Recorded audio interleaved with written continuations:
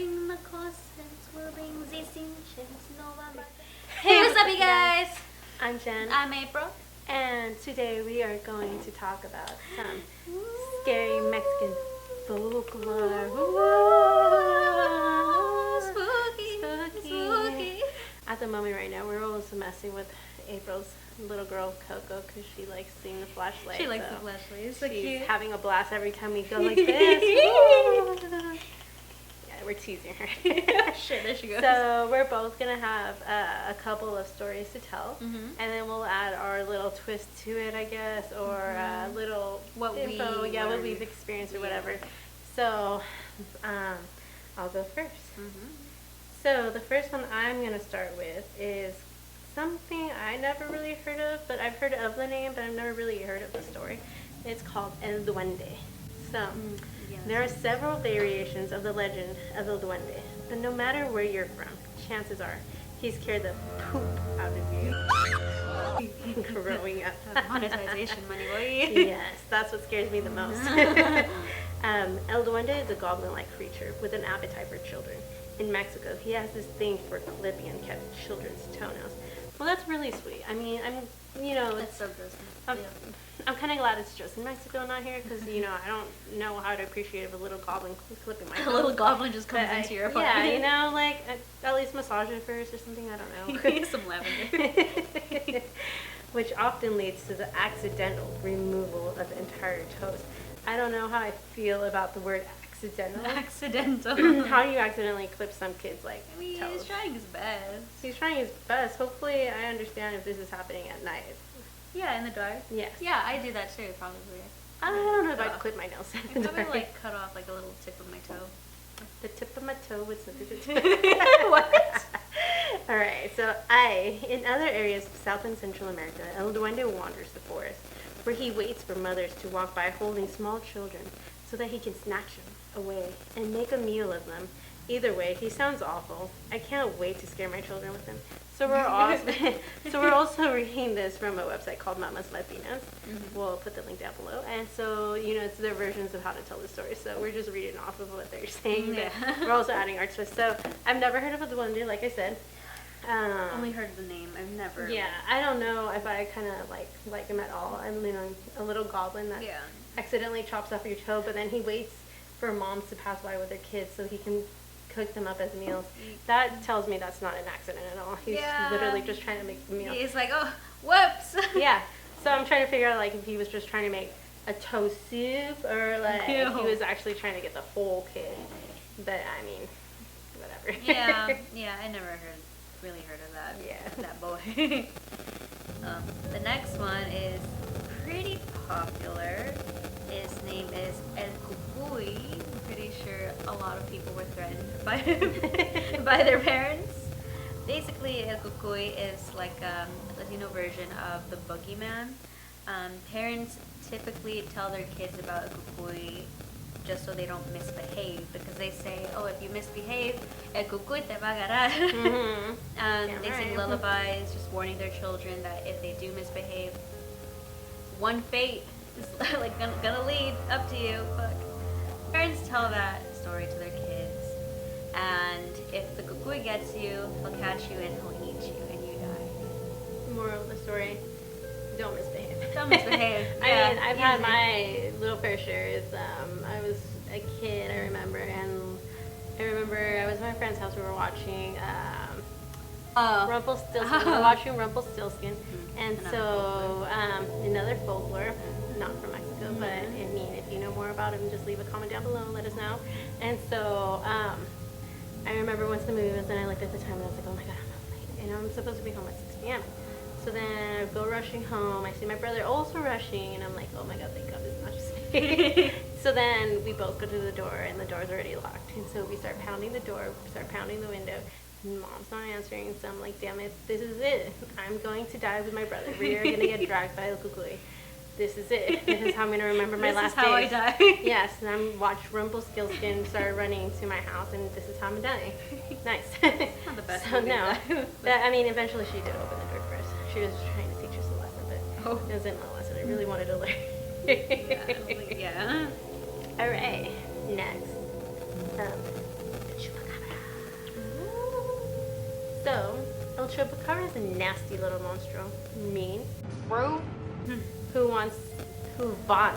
Is how I said. Who wants to suck goat's blood. Wants to suck your But blood. he isn't picky. He'll suck chicken's blood too, if that's all you have on your farm. According to a few spooked farmers who supposedly spotted the creepy thing in Puerto Rico during the mid-90s, the Chupacabra looks like a cross between a dog, a lizard, and a crazy-looking vampire. All of my favorite things. In the years since the first sighting in Puerto Rico, the Chupacabra has allegedly been spotted in various places across the country and globe, including Maine, Russia, and even screened on the t-shirt that my grandmother owns that reads, Chupamaki. Oh, fuck.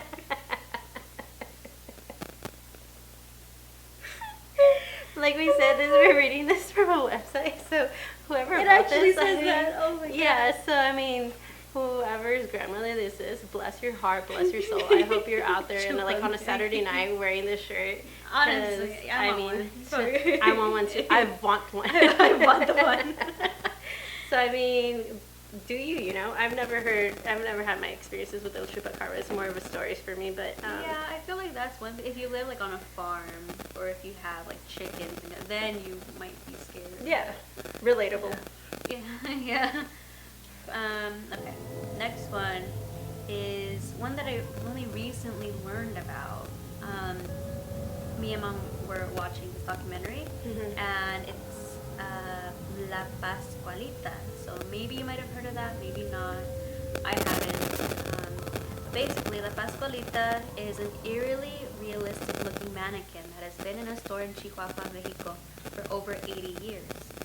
Legend has it that the mannequin is actually the preserved body of a young woman who died on her wedding day after being bitten by a black widow spider that was hiding in her gown. Though some believe this to just be another urban legend, others, like the store's employees, claim the mannequin is the real deal. In addition to having very realistic hands and legs, which are said to have varicose veins, some claim that her eyes follow them as they walk by. Oh my goodness. So, that's a little scary.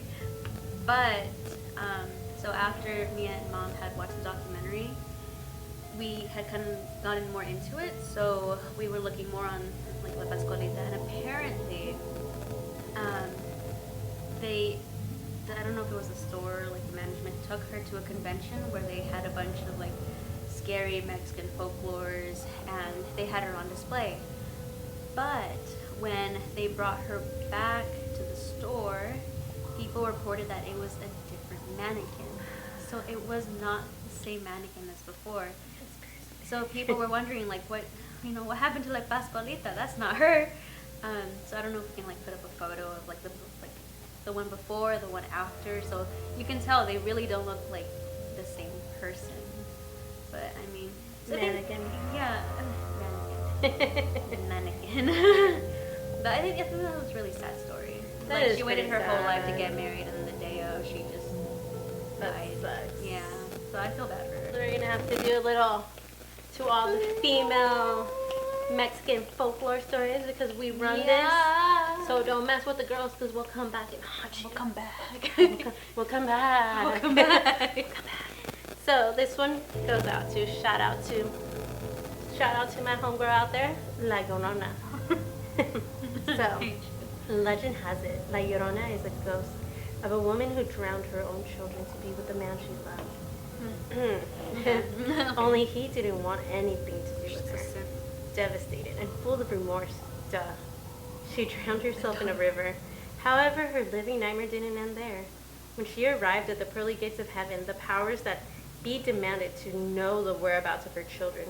Because she was unable to give them a straight answer, they turned her away, ordering her not to return unless she had her children in tow. Heartbroken, she's said to still be wandering the earth today, crying and searching for her murdered babies. So first of all, you killed her children for a man. Yeah. That's -1. That's -2, since That, there were more than one. -2, yeah, honestly.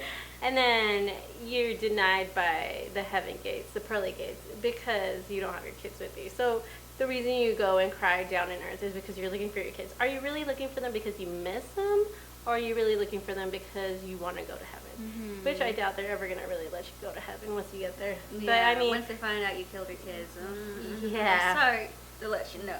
Exactly. But I mean, this is the way I heard the story, but this is, I guess, a different one. But I mean, if you guys have your version, please leave a comment down below. Yeah, what I noticed is that there's different like interpretations of La Llorona. Yeah. Like some say she loved her kids, but like she lost them. Yeah, like, she you didn't know, drown them. it's the Hollywood version of the Llorona. Oh, it's a very that does not exist in our mind. No, that one's No. not. The Mexicans, Latins, you know, we don't take that movie. So, very not the greatest. Love the Conjuring series, love it, but not this one. We don't want to take that one in. But we don't acknowledge it. We don't acknowledge it. But yeah, that was all of the Mexican folklore stuff.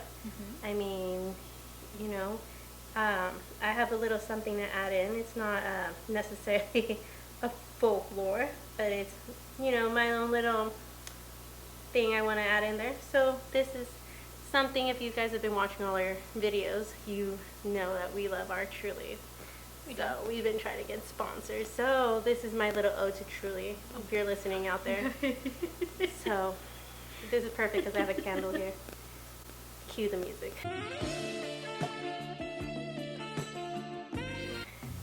Truly, honestly, why are you truly amazing? Fuck. That's so stupid. With your deliciously flavors, all ranging from citrus, tropical, and now lemonade. Just stop teasing and give in already. Let us enjoy your sparkling crisp seltzer. So what I'm honestly trying to say is sponsor us already. Stop playing hard to get. I'm so tired of, you know, trying to get your guys' attention. I've never tried this hard before.